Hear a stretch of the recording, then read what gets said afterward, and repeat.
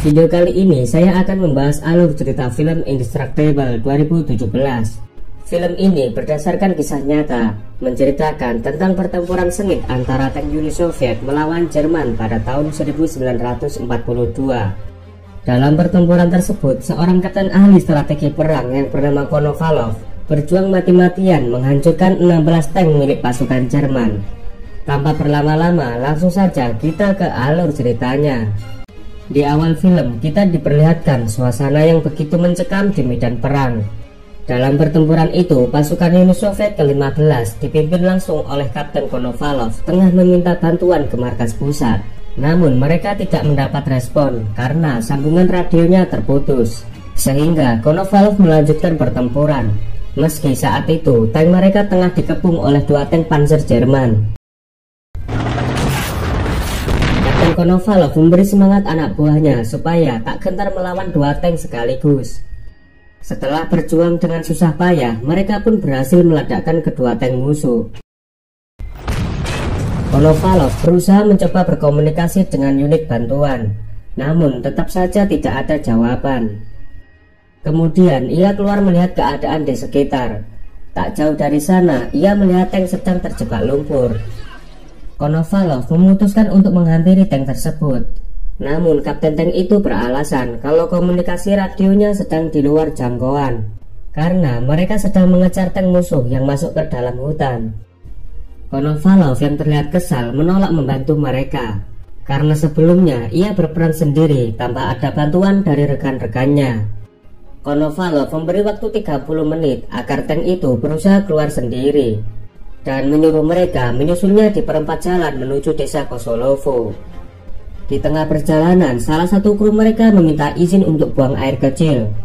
Namun Konovalov menyarankan agar dia kencing di botol saja, karena saat ini sangat berbahaya jika mereka keluar dari tank di area yang terbuka. Konovalov memutuskan keluar dari tank untuk memastikan wilayah tersebut aman.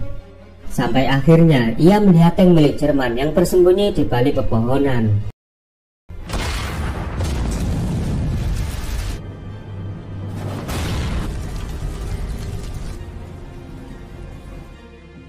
Beberapa hari kemudian, Konovalov ternyata berhasil selamat dan kini sedang menjalani perawatan medis. Namun salah satu krunya harus mengalami luka bakar yang cukup parah, sedangkan kedua krunya tak berhasil diselamatkan. Mendengar itu membuat Konovalov sangat terpukul dan sangat kehilangan krunya yang selama ini setia berjuang bersamanya kini telah tiada. Sementara di bekas medan pertempuran, terlihat beberapa prajurit yang tengah mengambil suku cadang dari tank-tank bekas perang. Dalam percakapannya, mereka mengagumi kehebatan taktik dan strategi Konovalov di medan pertempuran. Sementara di markas, terlihat petinggi militer sedang membicarakan insiden yang terjadi pada Konovalov. Mayor Vasily Krotov menganggap Konovalov telah lalai melindungi krunya dan harus diadili di pengadilan militer. Tapi sang jenderal membela Konovalov. Menurutnya, kematian kru Konovalov dikarenakan penyergapan, bukan suatu kelalaian. Di tengah perdebatan mereka, seorang insinyur wanita bernama Pavla menghadap jenderal dengan membawa tank 34 yang baru. Setelah memperkenalkan dirinya, Pavla akan bertugas memperbaiki tank-tank yang telah rusak. Dan Pavla sendiri adalah mekanik wanita yang sangat ahli memperbaiki tank. Sang jenderal pun memberi kewenangan kepada Pavla untuk memberi perintah di bagian teknisi. Singkat cerita, Pavla memulai pekerjaannya didampingi oleh Rykov yang mencatat segala kebutuhan mereka. Rykov mengatakan kalau saat ini mereka sedang kekurangan suku cadang, meski dirinya telah mengambil banyak suku cadang dari tank bekas perang. Pavla memberi alternatif lain kepada Rykov untuk mengantisipasi kekurangan suku cadang tersebut. Tak lama kita diperlihatkan seorang tentara yang baru saja dipindah tugaskan. Pria ini bernama Zitov. Di sana ia bertemu dengan prajurit yang bernama Sienkiewicz. Lalu Gubkin datang menyambut kedatangannya. Sementara itu Konovalov yang sudah sembuh dari cederanya terlihat baru saja tiba di markas. Capitán Konovalov, reportándose para cumplir. El mayor te enlistará. Konovalov mendapat tugas untuk memimpin regu ke-8. Dia pun langsung menghampiri salah satu tank yang nantinya akan mereka gunakan. Hingga akhirnya Konovalov membentuk regu yang berjumlah 5 orang.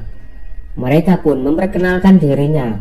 Titov bertugas menjadi penembak tank, Sienkiewicz bertugas menjadi pengisi peluru, Gubkin menjadi asisten, dan Rykov menjadi mekanik. Awalnya keempat orang ini tak menyangka akan dipimpin langsung oleh sang kapten yang memang terkenal tegas dan disiplin. Konovalov mulai melatih krunya dengan sangat keras hingga membuat krunya kelelahan, sampai-sampai Gubkin tersungkur karena sudah tak kuat lagi. Tabla, salud. Malam harinya mereka berkumpul dan makan bersama. Terlihat Mayor Vasily sedang cari perhatian kepada Pavla. Namun Pavla tak peduli dan malah memperhatikan Konovalov. Ternyata Konovalov bersikap cuek karena ia cemburu melihat Vasily yang berusaha mendekati Pavla. Malam itu Konovalov akan pergi ke bekas medan pertempuran untuk mencari suku cadang. Mendengar itu Pavla sangat khawatir karena mungkin saja ada musuh yang masih mengintai. Konovalov berusaha meyakinkan kalau selama 2 minggu ini tempat itu sudah aman. Konovalov pergi bersama Rykov dengan menaiki sebuah truk.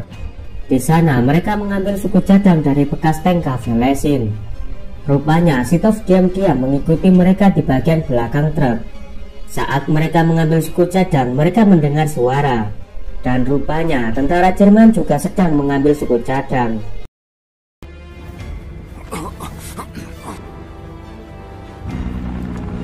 Akhirnya mereka berhasil menangkap tentara Jerman itu dan membawanya ke markas.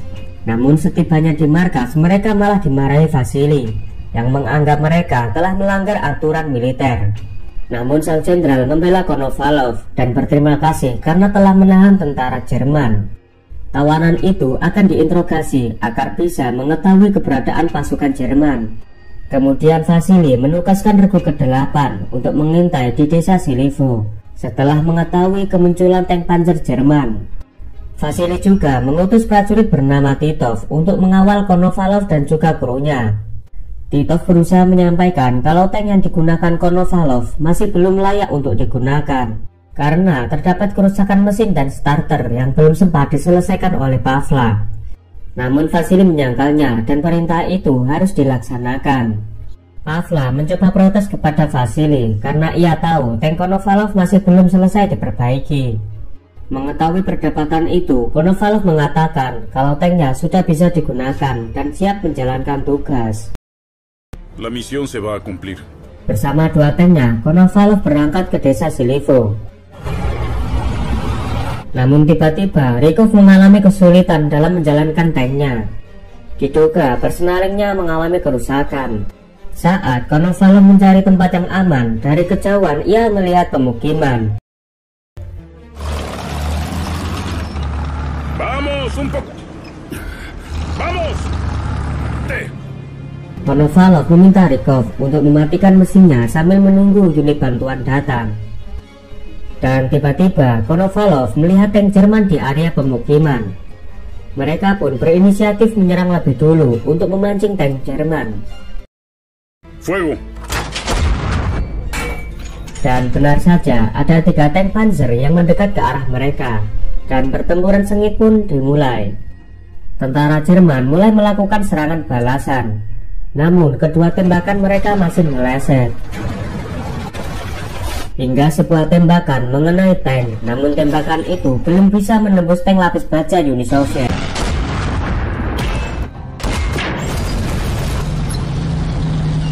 Disparen. Berkat keahliannya, Konovalov berhasil menghancurkan 2 tank panzer. Saat tank musuh tinggal 1, 2 tank lainnya menyerang dari 2 arah.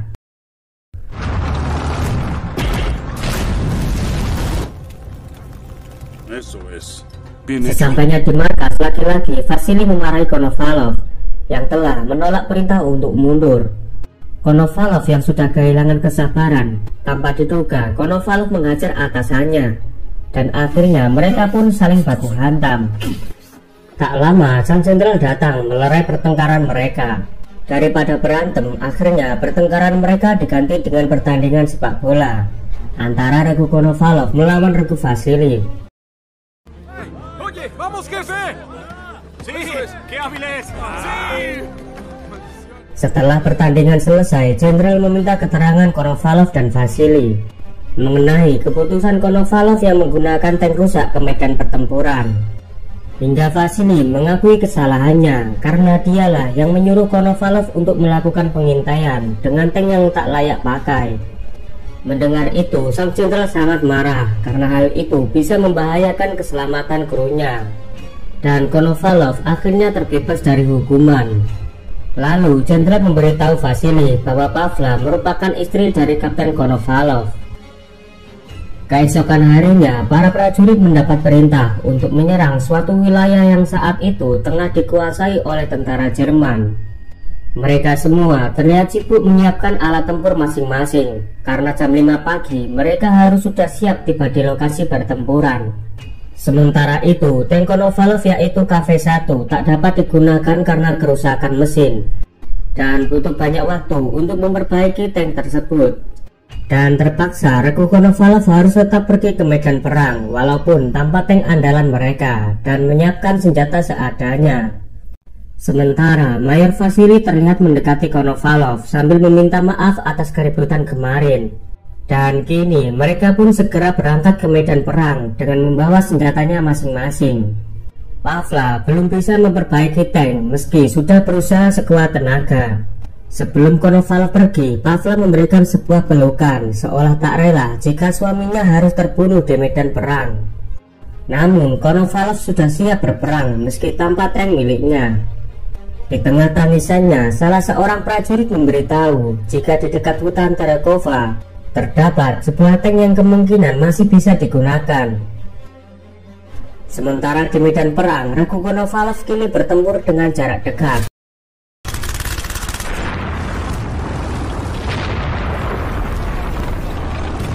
Rykov yang berlari membantu prajurit Uni Soviet berusaha untuk mengambil senjata yang tersangkut. Namun sayangnya ia tertembak oleh pasukan Jerman. Di tengah sengitnya medan pertempuran, Vasily memberitahu keberadaan tank di dekat hutan Terekova. Dengan cepat, Konovalov bersama krunya bergerak ke hutan. Sesampainya di hutan, mereka mencari keberadaan tank tersebut. Tak lama, mereka mendengar suara mesin tank, membuat Konovalov bisa menemukan titik lokasi tank itu berada. Rupanya, Pavla yang menyalakan tank tersebut. Namun sayangnya, mereka telah kehilangan Rykov.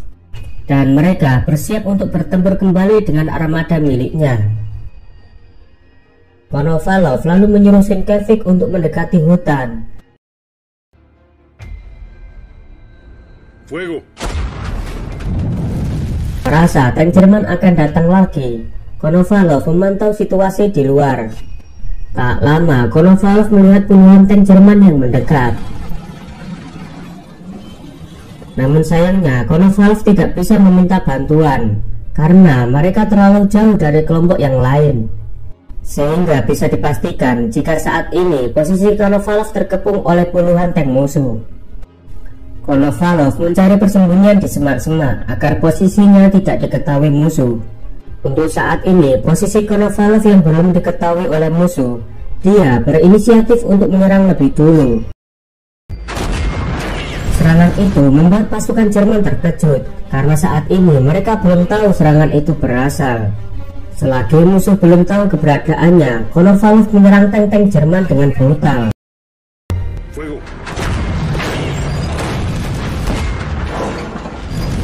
Karena terlalu banyak melepaskan tembakan, akhirnya pasukan Jerman mengetahui posisi tank Uni Soviet.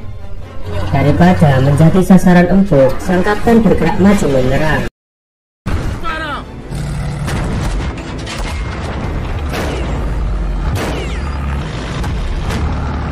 Dengan keahliannya, Konovalov berhasil menghancurkan satu persatu tank Panzer Jerman.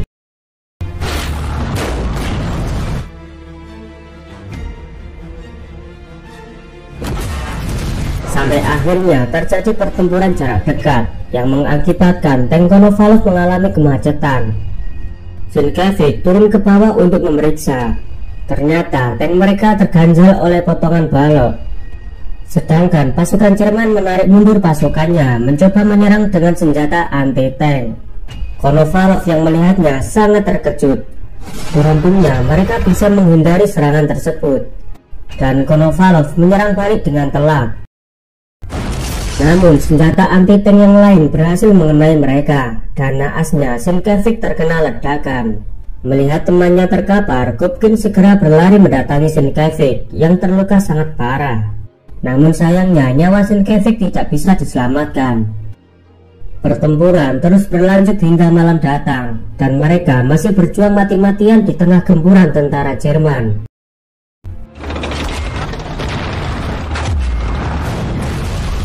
Dan kini hanya tinggal satu tank Jerman yang tersisa. Mereka berduel 1 lawan 1. Namun akhirnya tank Konovalov terkena serangan sehingga mengalami kerusakan parah di bagian mesin. Karena tank mulai terbakar, Konovalov dan lainnya memutuskan untuk keluar lewat bagian bawah. Akan tetapi Gubkin memilih tetap tinggal dalam tank. Beruntungnya Konovalov dan Sitov berhasil selamat dari serangan tersebut, sedangkan Pavla kini tak sadarkan diri. Di sisi lain, pasukan Jerman menahan serangannya karena mereka menyangka Konovalov dan yang lainnya sudah hangus terbakar. Melihat pasukan Jerman keluar dari tank, Konovalov berencana menyerang mereka dengan serangan mendadak.